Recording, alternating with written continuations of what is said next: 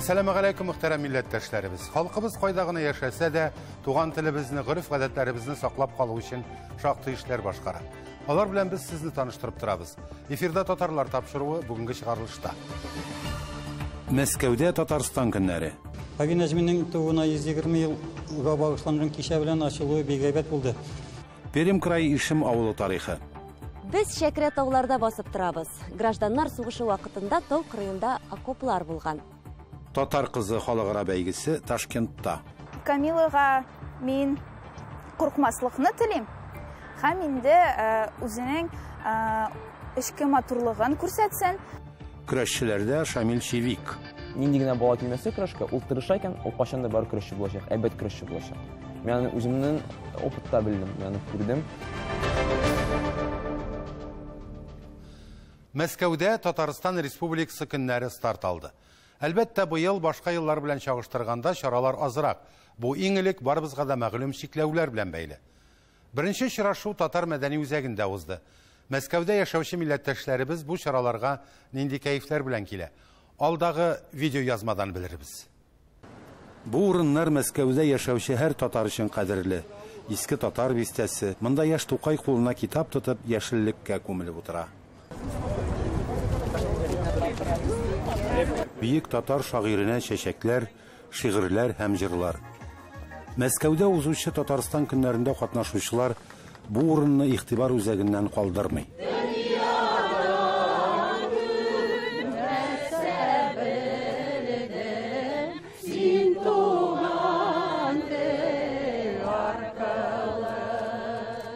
Әмнә бу күргәзмә татар әдәбият әдипләренә багышланган. Татар әдәбиятында тирән из калдырган парлар Кауи Нәҗми һәм аның хатыны Сәрвәр Әдһәмова.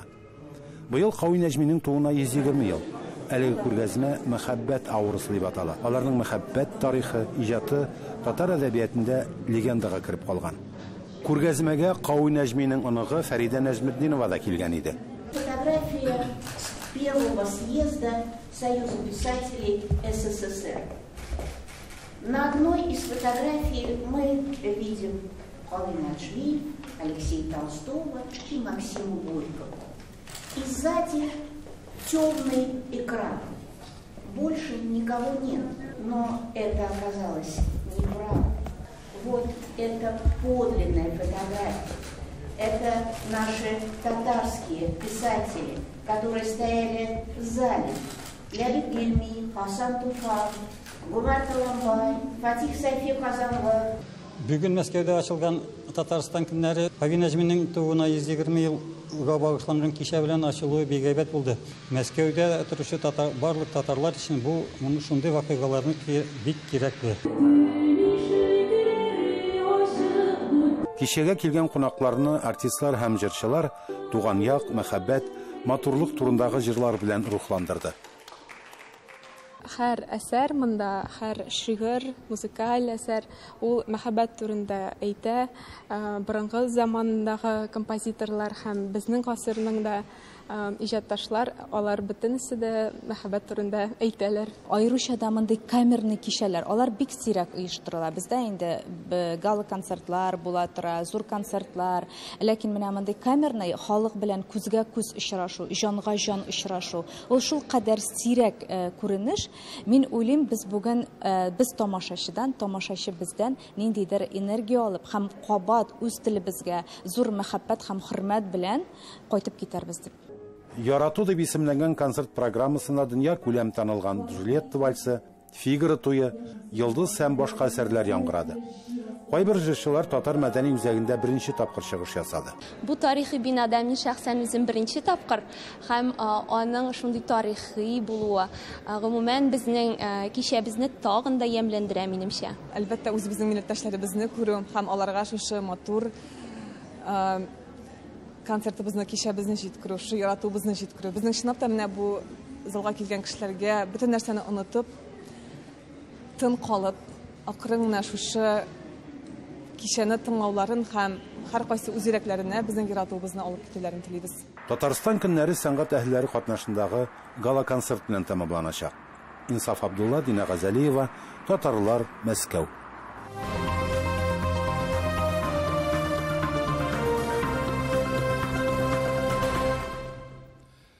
Пермь крайында яшәүче милләттәшләребез тормышы белән таныштыруыбызны дәвам итәбез. Бүген без Ишем авылына юл тотарбыз. Саланың тарихы 17нче гасыр башына барып тоташа. Аның атамасы да берничә тапкыр үзгәргән. Ирен елгасы буенда яшәгән милләттәшләребез җыр-моңга бик оста, бик сәләтле. Аларга гына хас гырыф-гадәтләр дә бар. Бүген без сезнең белән, хөрмәтле тамашачылар, Ишем авылының тарихын барларбыз. Милләттәшләребезнең биредә ничек яшәүенә дә күз салырбыз. Теманы Эльвира Хөснетдинова дәвам итәр. Хәерле көн, кадерле безнең Казан кунакларыбыз. Бүген без бик шатбыз шушы Ишем җирлегенә сезнең кунакка килүегезгә. Авыл халкы көтә бүген Казан телевидениесын. Атаклы кешеләребез тарихка кереп калсын.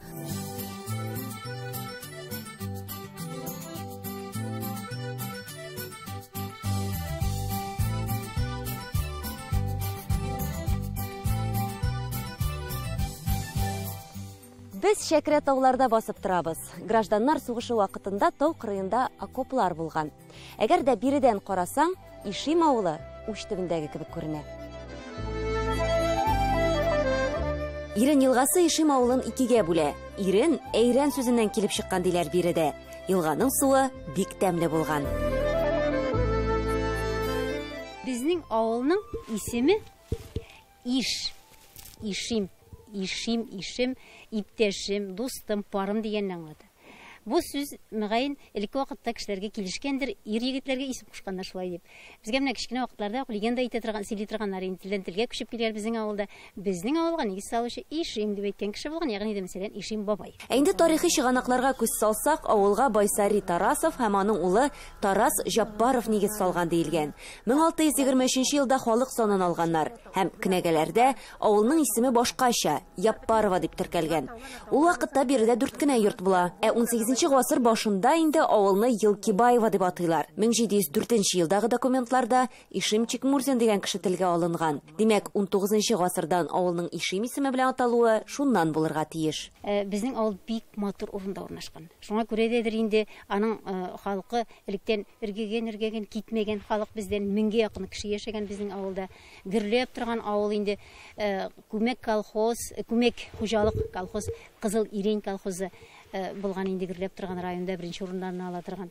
Аннары күрәсез инде тормышлар, дөньялар үзгәрү сәбәпледер инде, әкрен генә халык саны кими. Хәзерге вакытта безнең 756 кеше исәптә авылда. 756, ләкин алар барысы да авылда яшәми. Шушы 756 кешенең 128-е кайда да булса эштә исәпләнә. 180 пенсионер. Авылда вакыты белән читкә йөреп эшләүчеләр дә шактый. Шул ук вакытта хезмәт урыны белән тәэмин итүче оешмалар да бар. Кибетләр, фельдшер-акушерлык пункты, элемтә бүлеге, урман хуҗалыгы оешмасы, ут сүндерүчеләр җәмгыяте эшләп тора. Авыл хуҗалыгы продукциясын җитештерүчеләр бар. Авылга газ кермәгән, утын ягалар.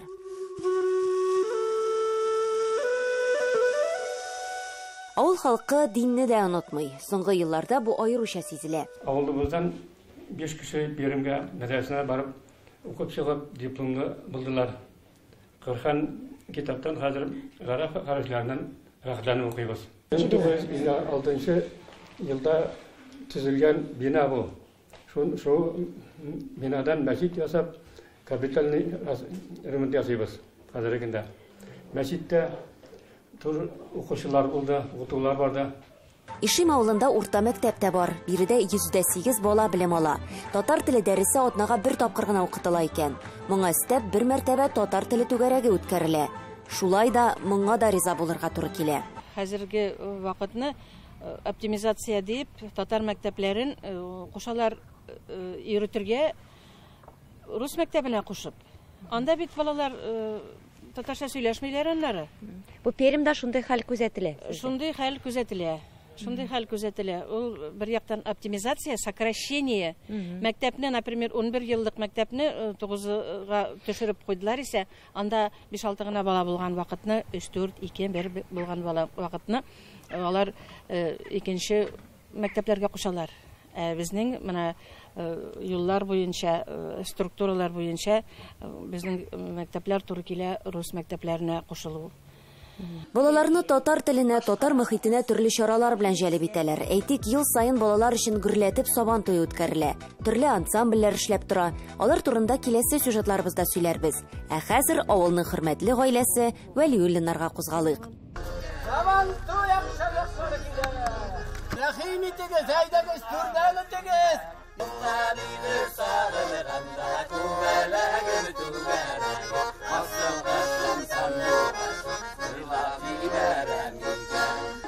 Hoş geləsiniz.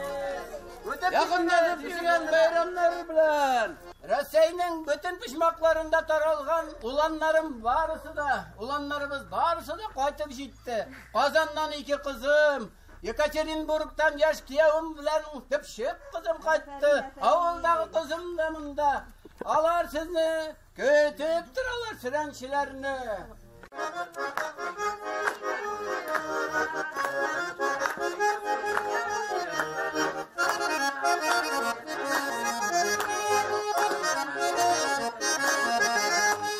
Biz сабан туе алдыннан сүрән салу йоласына эләктек. Әнә шулай җырлап, биеп бүләк җыялар биредә. Вәлиуллинарның 4 кызы, 1 улы бар. Бу көннәрдә алар да әти-әнисе янына җыелган. Тастымаллар, йомыркалар, сабан туйда катнашучыларга шактый бүләк тапшырылды. Рәхмәт, рәхмәт. Сикереп биюче Сирин абыйга 70 яшь бирмәссең. Ул милли җанлы шәхес. Мәктәптә 30 ел татар теле һәм әдәбияты укыткан. Хатыны Мәгафирә апа да заманында татар теле һәм шулай ук география фәне буенча белем бирә. Кечкенәдән татар теленә гашык булдым.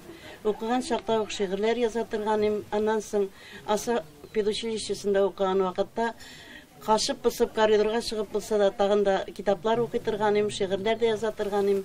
Җае чыккач татар телен укытырга мәктәптә укытучы калмый китте дә. Шуннан соң без мине инде методистлыктан чакырып алдылар, янадан мәктәпкә курсларга җибәрделәр дә повышениягә. Казанда повышениедә булып кайттым 40 көн буена. Һәм шуннан соң эшли башладым инде татар телен укытырга. Аларның 3 кызы укытучы һөнәрен сайлаган. Икесе Казанда балаларга татар теле укыта. Үзләре дә мөгаллимлек чорында укучыларны еш кына Татарстанга экскурсияләргә йөрткәннәр. Без Казанны үзебезнең татарларның мәркәзе дип һәр вакыт күрәбез. Мен культурада озак кына эшләдем инде шулай ук клубта, монда үзәкләштерелгән клуб системасында 7 авыл була торган иде безнең үзәк биредә ишемдә. Ул вакытта шулай ук зур уңышларга ирештек. Татар мөхитен шулай итеп якын итеп күңелебезгә алып, аны үстерәсебез килде. Гомер буе шулай бергәләп иптәшем белән эшләдек. Мәгафирә апа хәзер дә шигырьләр иҗат итә, чараларга сценарийлар яза, күп кенә мәдәни чараларда катнашалар. Ишим авылында бик мәдәниятле халык яши. Бу хакта исә киләсе тапшыруларыбызда сөйләрбез. Эльвира Хөснетдинова, Татарлар, Пермь крае, Ишим авылы.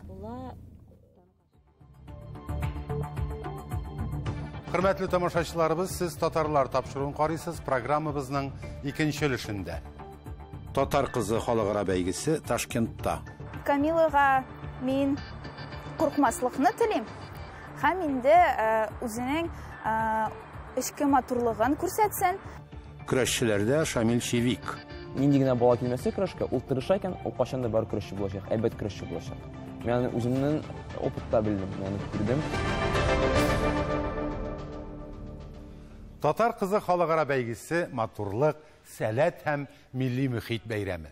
Бәйгенең төп максаты туган телне, гырыф-гадәтләрне һәм мәдәниятне саклау, үстерү, яшьләрнең тарихи мираска карата кызыксынуларын арттыру.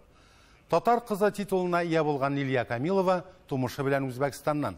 Нәкъ менә аның җиңү нәтиҗәсендә бу елгы конкурс Кояшлы ил башкаласы Ташкентта узачак. Сүзебез Үзбәкстандагы хәбәрчебезгә. 2019 елның октябрь айы Ижевск шәһәре Халыкара Татар кызы 2019 бәйгесе финалы. Җиңүче дип Үзбәкстанда яшәүче Лилия Камилованы игълан итәләр. Шибәр милләттәшебез бәйгедә ни өчен катнашырга теләгәне һәм җиңүдән алган хис-тойгылары белән безнең белән дә уртаклашты. Бәйге турында мин беренче тапкыр татар мәдәни үзәгеннән ишеттем. Безнең Ташкент татар мәдәни үзәгебез бар. Һәм инде мин анда активист булып, күп еллар дәвамында активист булып киләм. Һәм инде шуңа мин татар телен белгәнем өчен, һәм инде Казанда укыганым өчен миңа шулай нәрсә дисә була, русча әйтеп әйткәндә направление бирделәр дисәләр була инде. Бәйгедә катнашу бу минем өчен бик горурлы, чөнки үземә максат куйдым, үземнең татар телемне камилләштерү һәм инде Үзбәкстан татар кызларын нинди матур, сәләтлелеген күрсәтәсем килде. Үземнең мичке дөньямны күрсәтү өчен катнашырга булдым. Камилә Байбекова да бәйге турында Ташкент шәһәренең татар мәдәни үзәгендә күргән игъланнан белде. Ул уйлап та тормыйча бәйгенең сайлап алу турында катнашырга булды. Һәм татар кызы 2021 бәйгесенең зональ турында җиңү яулап Үзбәкстан вәкиле булды. Это прежде всего новые знакомства. Я давно мечтаю очень сильно побывать в Казани. Хәзер Камилә бәйгенең барлык этапларына актив әзерләнә. Татар милли ризыкларын әзерләү күнекмәләрен яхшырта, татар җырларын тыңлый. Туган татар мәдәниятенә һәм милли ризыкларга мәхәббәт аңа балачактан ук сиңгән иде.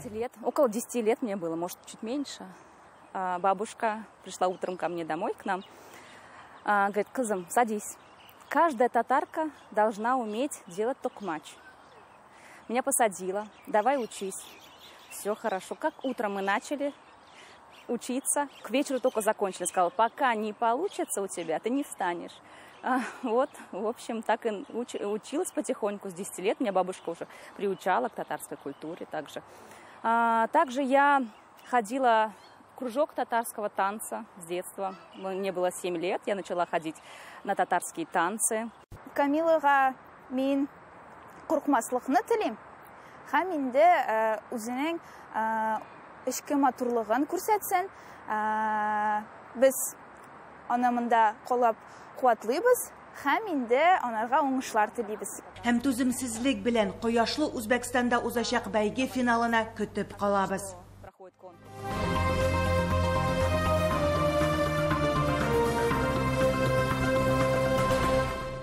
Аның тамырларында терек татар каны ага. Көрәшчеләр һәм әлеге спортны сөючеләр бу пәһлеван белән инде таныш. Шамил Шивик турында сүзебез. Бүген ул көрәшчеләр сәхифәсе герое.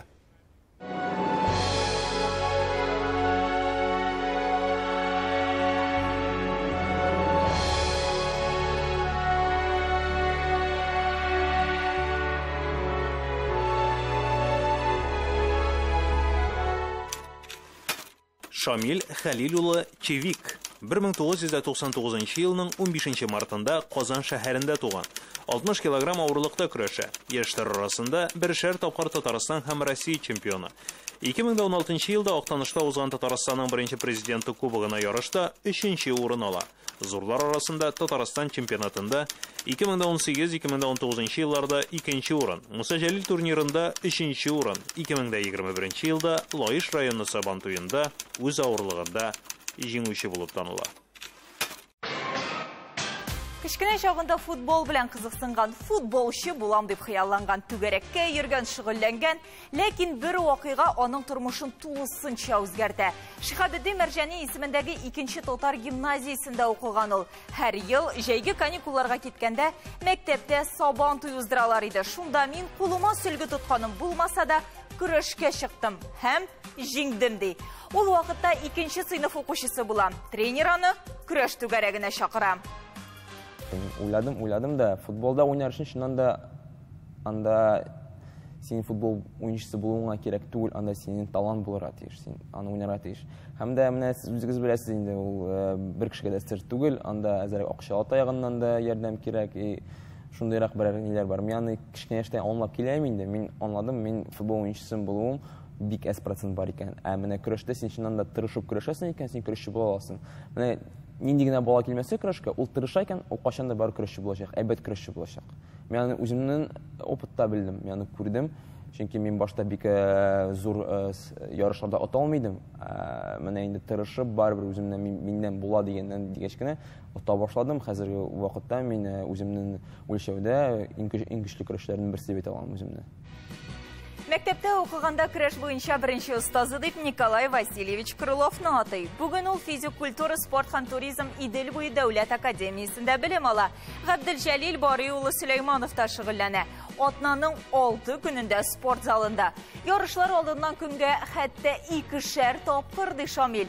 Иң зур җиңүе дип Алабуга шәһәрендә узган Татарстан беренчелегендә беренче урында калуын атый. Иң истә калган җиңүе турында үзеннән сөйләтик әле. Ул Асинова дигән авылда, монда ярак түгел, сабан үткәрделәр. Майский дигән спонсор бар иде анда. Һәм анда яшьләр арасында баш батырга скутер бирәләр иде. Мин инде 60 килограмм әйтәм, миннән бу чыкмый инде ул дим. Мин аталмам дип киреп киттем.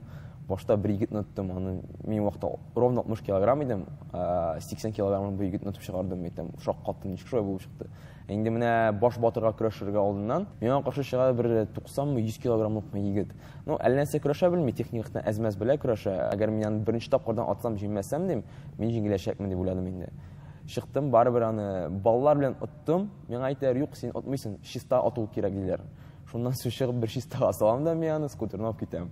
Менә шул минем бик исемдә калды инде. Көрәшчеләр дә йылый. Кеше күрмәгәндә, бигрәк тә үкенечле җиңүләр булганда ди Шамил. Үзең көрәшеп җиңелсәң бер хәл, бу киләчәк өчен мотивация. Ә менә гадел хөкем итмәсәләр, күңел әрнүенә чыдарлык түгел ди ул. Көндәшләре дип Раббани Нургалиев, Алексей Абрамов, Илсур Гыймадетдиновны атый. Гомумән 60 килограмм авырлык үлчәвендә көндәшләр арасында даимилек юк. Яңа көрәшчеләр гел килеп тора. Шуңа бик уяу булырга кирәк ди Шамил. Ә башкалардан өстенлегенә килсәк, Көчем бар, шунда кичкенә яшьтән бeri мин көчле. Вайндер сәләт бирелгән инде шундай. Һәм мин бик зак арам. Мин выносливый сәйбәт. Мин көрәш башында начар көрәшә башлыйм икән, мин ахырда үземнең көндәшемне ардырам. Һәм шуның белән менә инде ничектер утырга тырышам. Менә шулдыр минем өстенлек дип аңлыйм. Шамил фикеренчә, шөгыльләнү генә җитми, көрәшче психологик яктан да әзер булырга тиеш. Үзенең уңыш серен тырыш булуда күрә. Бүген ул Лаеш җыелма командасы составында чыгыш ясый. Көрәшеп уткан иң зур бүләге скутер. 3 тәкәсе бар. Иң зур хыялы эшмәкәр булырга, әниемне эштән алырга, һәм дә шундый дәрәҗәгә җитәргә, әниемне бөтен эшләтмәскә, ялларга җибәреп торырга, бөтен гаиләмгә булышырга, бөтен туганнарымга булышырга, һәм дә матур гаилә тормыш алып барырга, Алла бирсә, балаларым бер нәрсәгә мохтаҗ булмасын дип телим, Алла бирсә. Менә иң зур хыялым шул. Егет кешегә 70 төрле һөнәрдә аз китаплар укырга ярата, телләр өйрәнүгә дә сәләте бар. Татар, рус, төрек, инглиз, гарәп телләрен белә. Иң кадерлесе, әлбәттә, ана теле. Bütün телләрдән иң матур тел татар теле, шундый әдәби, шундый сөйләшергә рәхәт, аны тыңларга да рәхәт. Чөнки безнең гаиләдә иң беренчедән бөтен сездә татарча сөйләшәләр. Чөнки менә мин Малташка кайтам икән, якларыннан да бер кеше русча сөйләшмәй. Безнең анда бер юк русча сөйләшә дигән бер. Һәм дә үзегез беләсез бит инде, менә Казан арты ул, Биектау, Арча, Балтач, анда татар теле бар, бер теге чистарак дисәм була инде, башка якларга караганда. Һәм дә мин мәктәптә укыдым, татар гимназиясендә. Анда безнең беренче класстан алып 11нче класска кадәр бөтен әйбер татарча иде. Рус теленнән кала. Менә шуңа күрә генә мин татар телен онытмыйм, һәм хамрак сөйләшеп торам. Русияләр белән татарча аралашам, гомумән көрәшләр арасында татарча гына аралашырга тырышам. Шуңа күрә татар теле минем гомеремдә бик зур урын алып тора минем өчен. Теле барның юлы бар.